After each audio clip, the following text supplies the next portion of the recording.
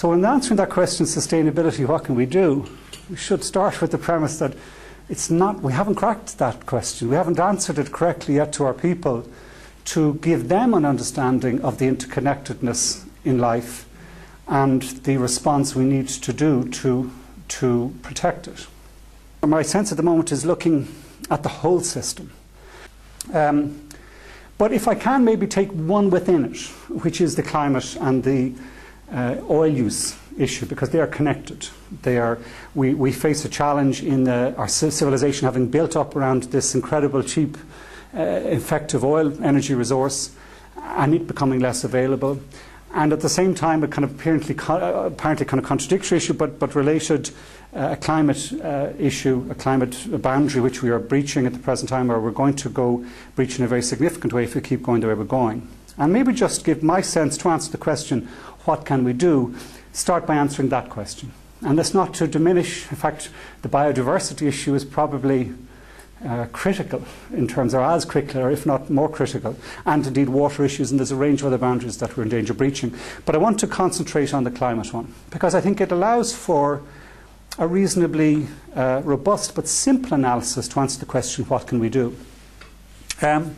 If you look at global emissions causing this climate change effect, their source comes from roughly, in terms of our activities, from roughly 4 different aspects of our lives. And they're roughly similar in size. They vary slightly, 1% each other. They vary depending on which part of the world you're in.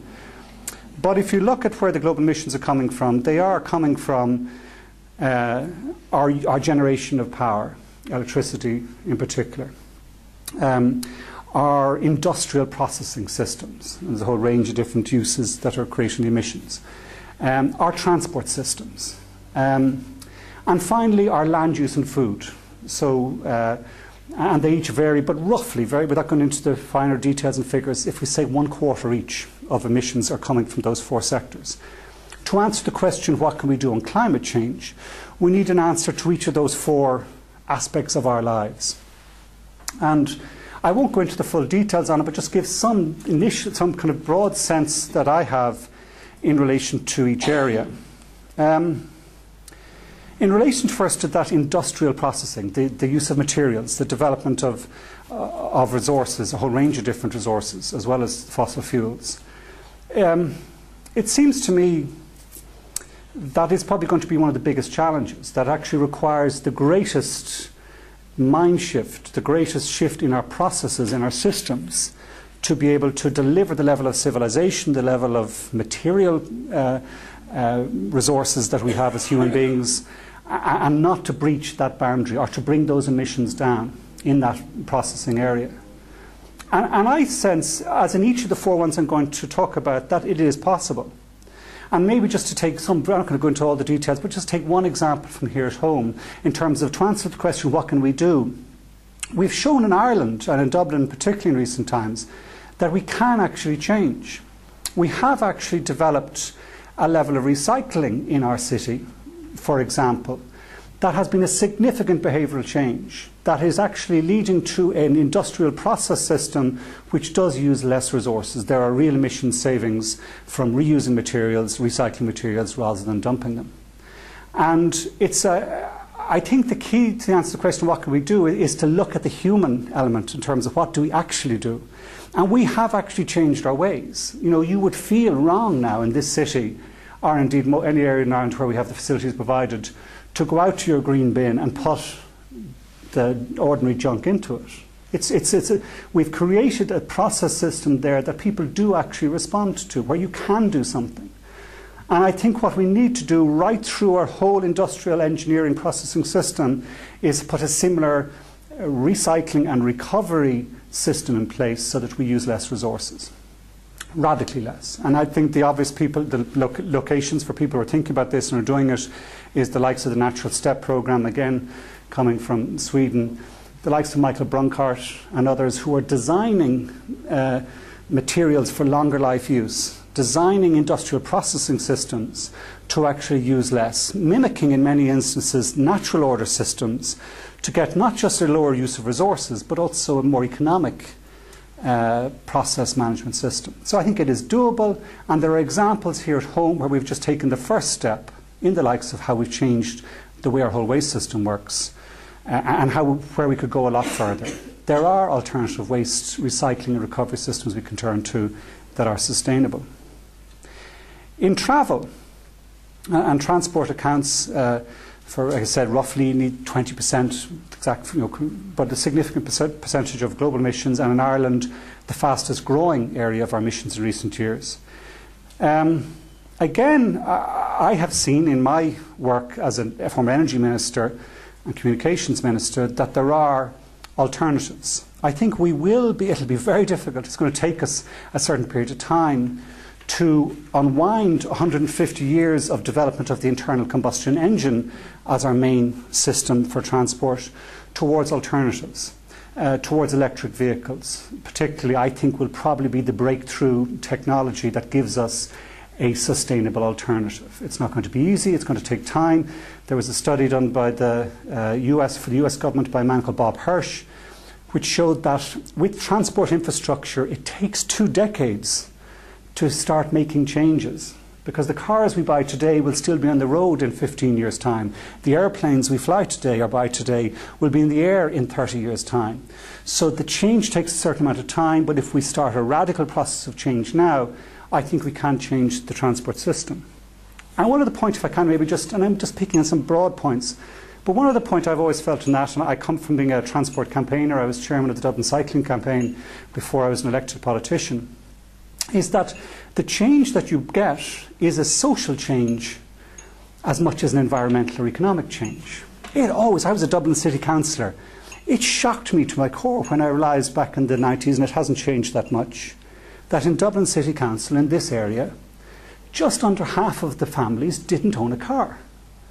And we were spending all our money for those who did. And it was socially unfair, because those constituencies, largely inner city flats and other areas who didn't have the car, were suffering the worst consequences in terms of air pollution, in terms of congestion, in terms of noise. And they weren't actually being given a transport system. So our spending was completely skewed in the wrong way in a social justice sense. Or indeed, I was very much inspired. There was a fantastic mayor of Bogota came here to speak at a cycling conference.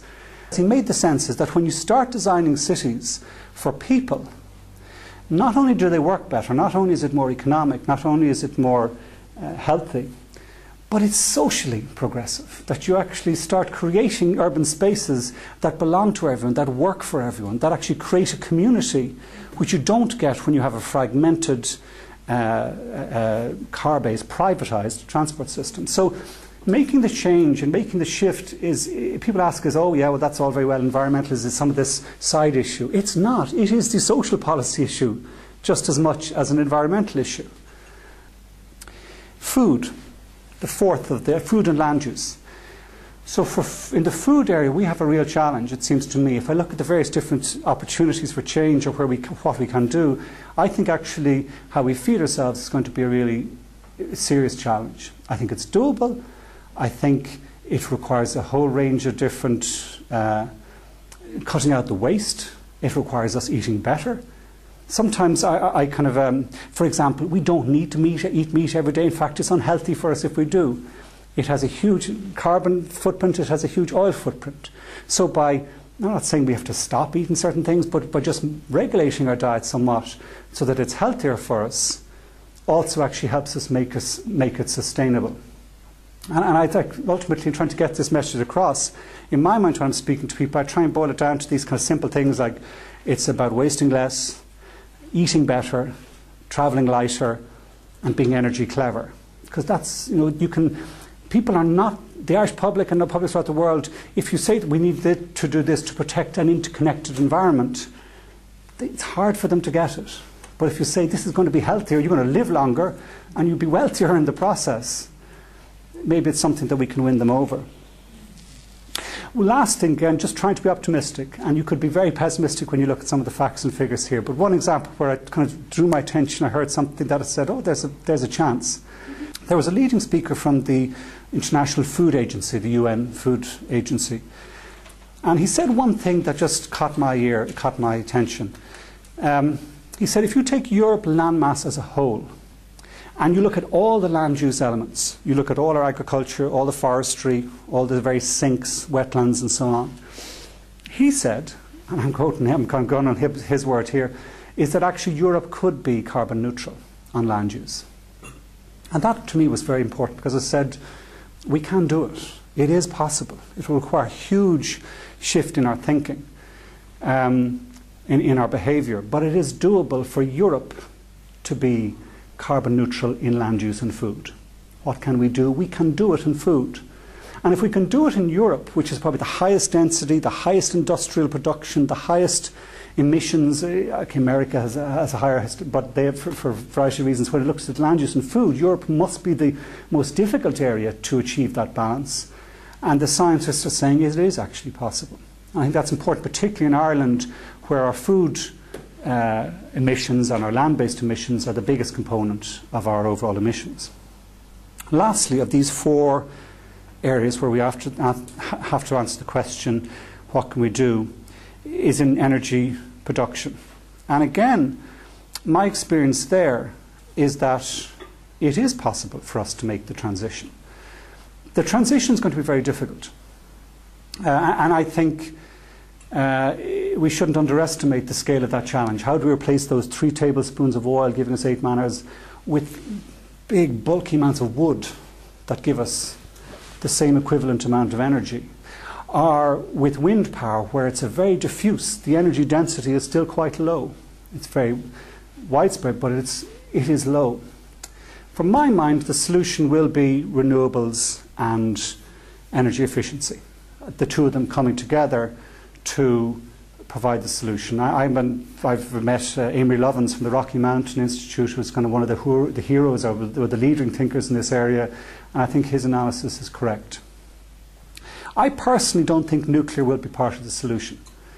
And it's not, I don't dispute the right of certain people, particularly with the concern of climate change, to say it should be considered, because such is the threat that we face from the prospect of a 5 or 6 degree rise in temperatures, which would have devastating consequences to the people of this world.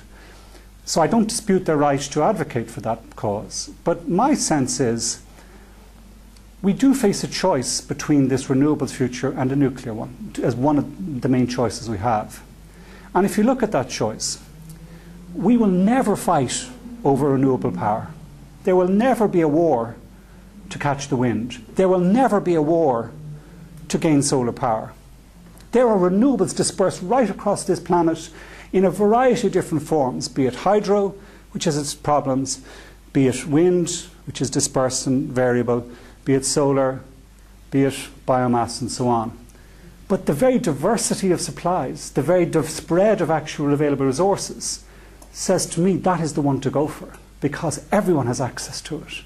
It can empower the whole planet in a variety of different ways.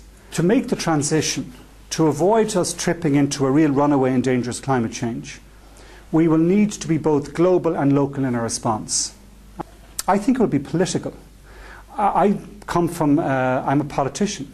I believe in the democratic process, and I believe in the democratic institutions having the best, having the responsibility, particularly at the national level and at international level, to try and help make the solutions possible. I think our job in politics is to make it easy for people to do the right thing. I think if we try and make this transition where everyone wakes up every morning and has that moral question, well, how should I manage my waste today, or what should I eat today, or what should my transport system would be today, I think it would be very difficult for us to actually achieve the transition. I think the job of the political system is to set in place the system so that it's easy for people to do the moral, correct and right things. But increasingly, from my mind, in answering this question, what can we do, we really have to bring it down, I think, to an understanding of how people actually think, how people feel, how people behave when it comes to this issue about how we live sustainability within the planet.